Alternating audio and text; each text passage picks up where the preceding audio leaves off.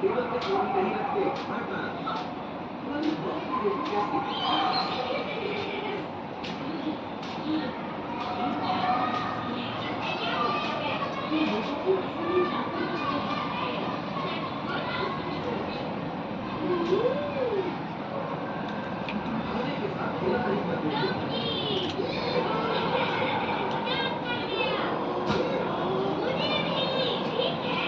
घोड़ा। नहीं नहीं,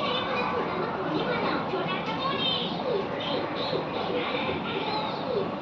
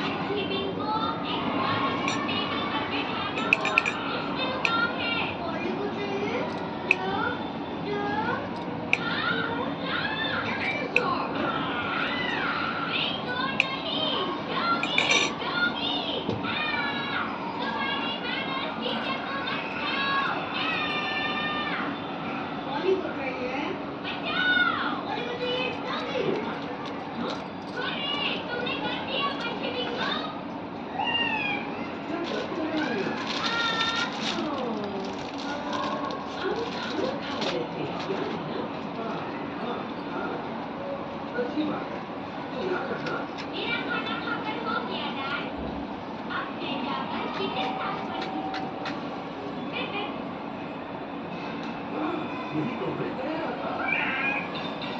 देखो, आखिरी बार गया था। वो चौपट लो।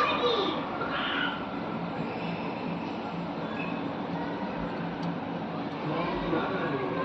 हाँ, फिर से मेरा दिल कुछ देर के लिए ही धड़कता है। प्लीज क्या आप मुझे वापस बुलाएंगे? ठीक है, थैंक्स डैड। बस मॉम को एक बेबी शावर में जाने का बहुत शौक है। मुझे ये बात समझ नहीं आती। इतने गंदे बच्चों को शावर लेते हुए देखने में क्या मजा आता है? डैड, बेबी शावर ऐसा नहीं होता है। ऐसा ही होता है। मॉम और उनकी सारी दोस्त मिलकर किसी गंदे बच्चे को नहलाने जाती हैं। नहीं, ऐसा करना लगी। बिल्कुल अभी हरितालिका तीज की कथा, जिसके दिव्य केशों पर मंदार के पुष्पों की माला शोभा देती है, जिन भगवान शंकर के मस्तक पर चंद्र और कंठ में मुंडों की माला पड़ी हुई है, जो माता पार्वती दिव्य वस्त्रों से तथा भगवान शंकर दिगंबर वेश धारण की है, उन दोनों भवानी शंकर को नमस्कार करती हूँ। कैलाश पर्वत के सुंदर शिखर पर माता पार्वती जी ने श्री महादेव जी से पूछा, हे महेश्वर, मुझसे आप वह गुप्त से गुप्त वार्ता कहिए जो सबके लिए सब धर्मों से भी सरल तथा महान फल देने वाली हो। हे नाथ, यदि आप भली भांति प्रसन्न हैं तो आप उसे मेरे सम्मुख प्रकट कीजिए। हे जगन्नाथ, आप यदि मध्य और अंत रहित हैं, आपकी माया का कोई पार नहीं है, आपको मैंने किस भांति प्राप्त किया है, कौन से व्रत ताप या दान के पूर्ण फल से आप मुझको वर के रूप में मिले हैं। श्री महादेव जी बोले, हे देवी, यह सुन, मैं तेरे सम्मुख उस व्रत को कहता हूँ जो परम गुप्त है। जैसे तारागणों में चंद्रमा और ग्रहों से सूर्य, वर्णों में ब्राह्मण, देवताओं में गंगा, पुराणों में महाभारत, वेदों में शाम और इंद्रियों में मन श्रेष्ठ है, वैसे ही पुराण और वेद सब में इसका वर्णन आया है, जिसके प्रभाव से तुमको मेरा आधा आसन प्राप्त हुआ है। हे प्रिय, उसी का मैं तुमसे वर्णन करता हूँ, सुनो। भाद्रपद भादो मास के शुक्ल पक्ष के हस्त नक्षत्र संयुक्त तृतीया तीज के दिन इस व्रत का अनुष्ठान मात्र करने से सब पापों का नाश हो जाता है। तुमने पहले हिमालय पर्वत पर इस महान व्रत को किया था, जो मैं तुम्हें सुनाता हूँ। पार्वती जी बोली, हे प्रभु, इस व्रत को मैंने किस लिए किया था, यह मुझे सुनने की इच्छा है, सो कृपा करके कहिए। शंकर जी बोले, आर्यावर्त में हिमालय नामक एक महान पर्वत है, जहाँ अनेक प्रकार की भूमि अनेक प्रकार के वृक्षों से सुशोभित है, जो सदैव वर्ष से ढके हुए तथा गंगा की कल कल ध्वनि से शब्दायमान रहता है। हे पार्वती जी, तुमने बाल्यकाल में उसी स्थान पर परम तप किया था और 12 वर्ष तक के महीने में जल में रहकर, वैशाख मास में अग्नि में प्रवेश करके तप किया, श्रावण के महीने में बाहर खुले में निवास कर अन्न त्याग कर तप करती रही। तुम्हारे उस कष्ट को देखकर तुम्हारे पिता को बड़ी चिंता हुई। वे चिंताकुल होकर सोचने लगे कि मैं इस कन्या की किससे शादी करूं। इस अवसर पर दैव योग से ब्रह्मा जी के पुत्र नारद जी वहां आए। देवर्षि नारद ने तुम शैलपुत्री को देखा। तुम्हारे पिता हिमालय ने देवर्षि को अर्घपाद आसन देकर सम्मान सहित बिठाया और कहा, हे मुनिवर, आपने यहाँ तक आने का कष्ट कैसे किया, कहिए क्या आज्ञा है। नारद जी बोले, हे गिरिराज, मैं भगवान विष्णु का भेजा हुआ यहाँ आया हूँ, तुम मेरी बात सुनो। आप अपनी कन्या को उत्तम वर को दान करें। ब्रह्मा, इंद्र, शिव आदि देवताओं में विष्णु भगवान के समान कोई भी उत्तम नहीं है, इसलिए मेरे मत से आप अपनी कन्या का दान भगवान विष्णु को ही दें। हिमालय बोले, यदि भगवान वासुदेव स्वयं कन्या को ग्रहण करना चाहते हैं और इस कार्य के लिए आपका आगमन हुआ तो मेरे लिए गौरव की बात है, मैं अवश्य उन्हें ही दूंगा। हिमालय का यह आश्वासन सुनते ही देवर्षि नारद जी आकाश में अंतर्ध्यान हो गए और शंख, चक्र, गदा, पद्म एवं पीताम्बरधारी भगवान विष्णु के पास पहुंचे। नारद जी ने हाथ जोड़कर भगवान विष्णु से कहा, हे प्रभु, आपका विवाह कार्य निश्चित हो गया। इधर हिमालय ने पार्वती जी से प्रसन्नता पूर्वक कहा, हे पुत्री, मैंने तुमको गरुड़ध्वज भगवान विष्णु को अर्पण कर दिया है। पिता के इन वाक्यों को सुनते ही पार्वती जी अपनी सहेली के घर गई। पृथ्वी पर गिरकर अत्यंत दुखित होकर विलाप करने लगी। उनको विलाप करते हुए देख सखी बोली, हे देवी, तुम किस कारण से दुख पाती हो, मुझे बताओ, मैं अवश्य ही तुम्हारी इच्छा पूर्ण करूंगी। पार्वती बोली, है सखी, सुन, मेरी जो मन की अभिलाषा है सुनाती हूँ। मैं श्री महादेव जी को वरण करना चाहती हूँ। मेरे इस कार्य को पिताजी ने बिगाड़ना चाहा है, इसलिए मैं निसंदेह शरीर का त्याग करूंगी। पार्वती के इन वचनों को सुनकर सखी ने कहा, हे देवी, जिस वन को तुम्हारे पिताजी ने ना देखा हो, तुम वहाँ चली जाओ। तब हे पार्वती, तुम अपनी सखी का यह वचन सुन ऐसे ही वन को चली गई। पिता हिमालय ने तुमको घर पर ना पाकर सोचा कि मेरी पुत्री को कोई देव, दानव अथवा किन्नर हरण करके ले गया। मैंने नारद जी को वचन दिया था कि मैं पुत्री का गरुड़ ध्वज भगवान के साथ वरण करूंगा। हाय, अब यह कैसे पूरा होगा? ऐसा सोचकर वे बहुत चिंतातुर हो मूर्छित हो गए। तब सब लोग हाहाकार करते हुए दौड़े और मूर्छा दूर होने पर गिरिराज से बोले कि हमें आप अपनी मूर्छा का कारण बताओ। हिमालय बोले, मेरे दुख का कारण यह है कि मेरी रत्न रूपी कन्या को कोई हरण कर ले गया है, या सर्प डस गया, या किसी सिंह या बाघ ने मार डाला है। वह न जाने कहाँ चली गई, उसे राक्षस ने मार डाला है। इस प्रकार कहकर गिरिराज दुखित होकर ऐसे कांपने लगे जैसे तीव्र वायु के चलने पर कोई वृक्ष कांपता। तत्पश्चात हे पार्वती, तुम्हें गिरिराज साथियों सहित घने जंगल में ढूंढने निकले। सिंह, व्याघ्र, वृक्ष आदि हिंसक जंतुओं के कारण वन महाभयानक प्रतीत होता था। तुम भी सखी के साथ भयंकर जंगल में घूमते हुए वन में एक नदी के तट पर एक गुफा में पहुंची। उस गुफा में तुम अपनी सखी के साथ प्रवेश कर गई, जहाँ तुम अन्न जल का त्याग करके बालू का लिंग बनाकर मेरी आराधना करती रही। उस समय पर भाद्रपद मास की हस्त नक्षत्र युक्त तृतीया के दिन तुमने मेरा विधि विधान से पूजन किया तथा रात्रि को गीत गायन करते हुए जागरण किया। तुम्हारे उस महाव्रत के प्रभाव से मेरा आसन डोलने लगा। मैं उसी स्थान पर आ गया जहाँ तुम और तुम्हारी सखी दोनों थी। मैंने आकर तुमसे कहा, हे वरदान्य, मैं तुमसे प्रसन्न हूँ, तुम मुझसे वरदान मांग। तब तुमने कहा कि हे देव, यदि आप मुझसे प्रसन्न हैं तो आप महादेव जी ही मेरे पति हो। मैं तथास्तु ऐसा कहकर कैलाश पर्वत को चला गया और तुमने प्रभात होते ही मेरी उस बालू की प्रतिमा को नदी में विसर्जित कर दिया। हे सुबह, तुमने वहां से अपनी सखी सहित व्रत का पारायण किया। इतने में तुम्हारे पिता हिमालय भी तुम्हें ढूंढते उसी घने वन में आ पहुंचे। उस समय उन्होंने नदी के तट पर दो कन्याओं को देखा तो तुम्हारे पास आ गए और तुम्हें हृदय से लगाकर रोने लगे और बोले, बेटी, तुम इस हिंसक व्याघ्र युक्त घने जंगल में क्यों चली आई? तुमने कहा, हे पिता, मैंने पहले ही अपना शरीर शंकर जी को समर्पित कर दिया था, किंतु आपने इसके विपरीत कार्य किया, इसलिए मैं वन में चली आई। ऐसा सुनकर हिमवान ने तुमसे कहा कि मैं तुम्हारी इच्छा के विरुद्ध यह कार्य नहीं करूंगा। तब वे तुम्हें लेकर घर को आए और तुम्हारा विवाह मेरे साथ कर दिया। हे प्रिय, उसी व्रत के प्रभाव से तुमको मेरा अर्धासन प्राप्त हुआ। इस व्रतराज को मैंने भी अभी तक किसी के सम्मुख वर्ण नहीं किया है। हे देवी, अब मैं तुम्हें यह बताता हूँ कि इस व्रत का यह नाम क्यों पड़ा। तुमको सखी हरण करके ले गई, इसलिए हरताली का नाम पड़ा। पार्वती जी बोली, हे स्वामी, आपने इस व्रतराज का नाम तो बता दिया, किंतु मुझे इसकी विधि एवं फल भी बताइए कि इसके करने से किस फल की प्राप्ति होती। तब भगवान शंकर जी बोले, इस स्त्री जाति के अति उत्तम व्रत की विधि सुनिए। सौभाग्य की इच्छा रखने वाली स्त्रियां इस व्रत को विधि पूर्वक करें। केले के खम्भों से मंडप बनाकर उसे बंधन वारों से सुशोभित करें। उसमें विविध रंगों के उत्तम रेशमी वस्त्र और चांदनी ऊपर टान दे। चंदन आदि सुगंधित द्रव्यों को लेपन करके स्त्रियां एकत्र हो शंख, भेरी, मृदंग आदि बजावें। विधि पूर्वक मंगलचार करें। श्री गौरी शंकर की बालू निर्मित प्रतिमा स्थापित करें। फिर भगवान शिव पार्वती जी का गंध, धूप, पुष्प आदि से विधि पूर्वक पूजन करें। उन्हें 9 वेदों का भोग लगावें और रात को जागरण करें। नारियल, सुपारी, ज्वारी, नींबू, लौंग, अनार, नारंगी आदि फलों तथा फूलों को एकत्रित करके धूप, दीप आदि से पूजन करके कहें, हे कल्याण स्वरूप शिव, हे मंगल शिव, हे मंगल स्वरूप महेश्वरी, हे शिवे, सब कामनाओं को देने वाली देवी, कल्याण रूप तुम्हें नमस्कार है। कल्याण स्वरूप माता पार्वती, हम तुम्हें नमस्कार करते हैं। भगवान शंकर जी को सदैव नमस्कार करते हैं। हे ब्रह्म रूपणी जगत का पालन करने वाली माँ, आपको नमस्कार करते हैं। हे सिंह वाहिनी, मैं सांसारिक भय से व्याकुल हूँ, तुम मेरी रक्षा करो। हे महेश्वरी, मैंने इसी अभिलाषा से आपका पूजन किया है।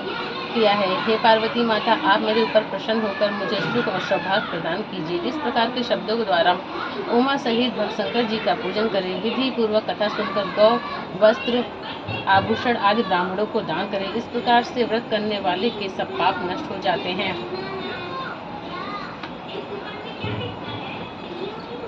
जय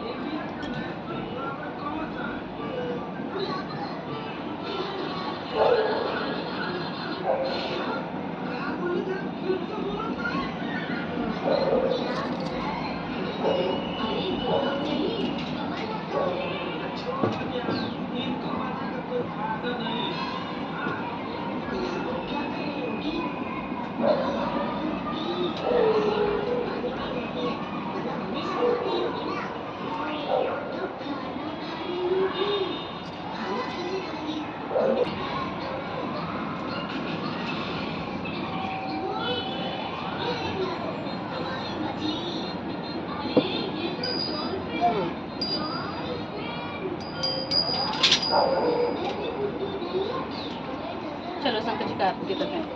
जय शिव ओंकारा हरि शिव ओंकारा ब्रह्मा विष्णु सदा शिव ब्रह्मा विष्णु सदा शिव अर्धांगी धारा ओम जय शिव ओंकारा एकानन चतुरानन पंचानन राजे स्वामी पंचानन राजे हंसासन गरुड़ासन हंसासन गरुड़ासन वृषवाहन साजे ओम जय शिव ओंकारा दो भुज चार चतुर्भुज दस भुज ते सोहे स्वामी दस भुज ते सोहे तीनों रूप निरखता तीनों रूप निरखता त्रिभुवन जन मोहे ओम जय शिव ओंकारा अक्षमाला वनमाला मुंडमाला धारी स्वामी मुंडमाला धारी चंदन मृग मद सोहे चंदन मृग मद सोहे भाले शुभकारी ओम जय शिव ओंकारा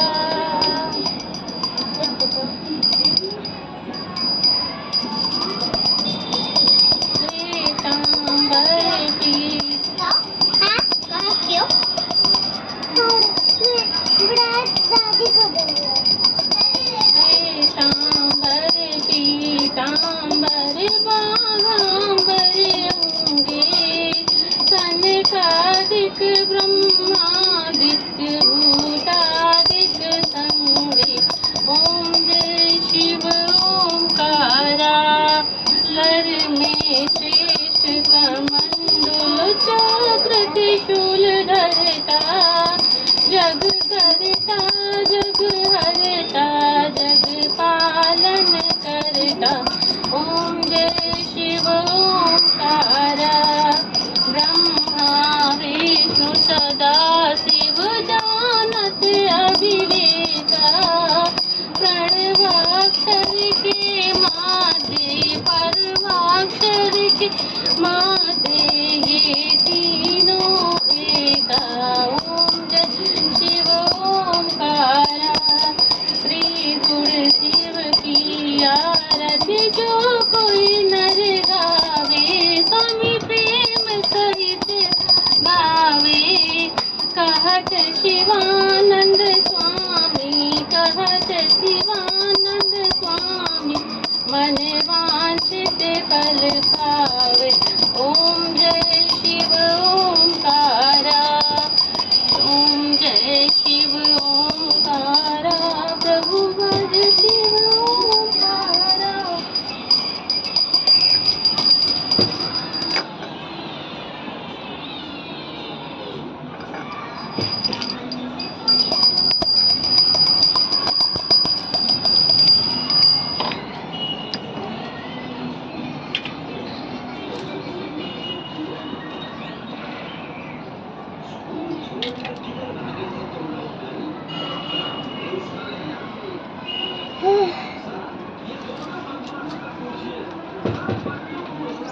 मम्मा भगवान का पैर छुआ पूरा बेटा मम्मी देखो भगवान का पैर भी छूना चाहिए हाँ बेटा छू रहे हैं।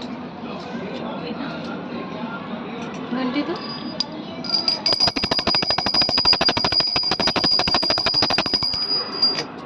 बताओ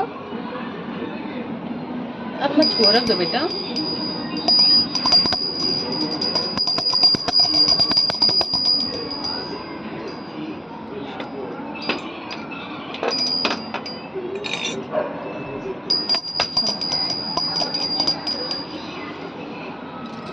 आरती ले लो बेटा।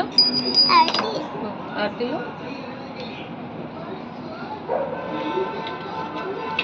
भगवान का पैर छू हाँ लूं। पैर छोड़ो। दीदी दीदी को बुलाओ, कहते आरती ले ले। दीदी आती है, भगवान का पैर छू लो। क्षमा प्रार्थना। हे प्रभु, मैं बहुत से छोटी व्यक्ति हूँ, इसमें क्षमा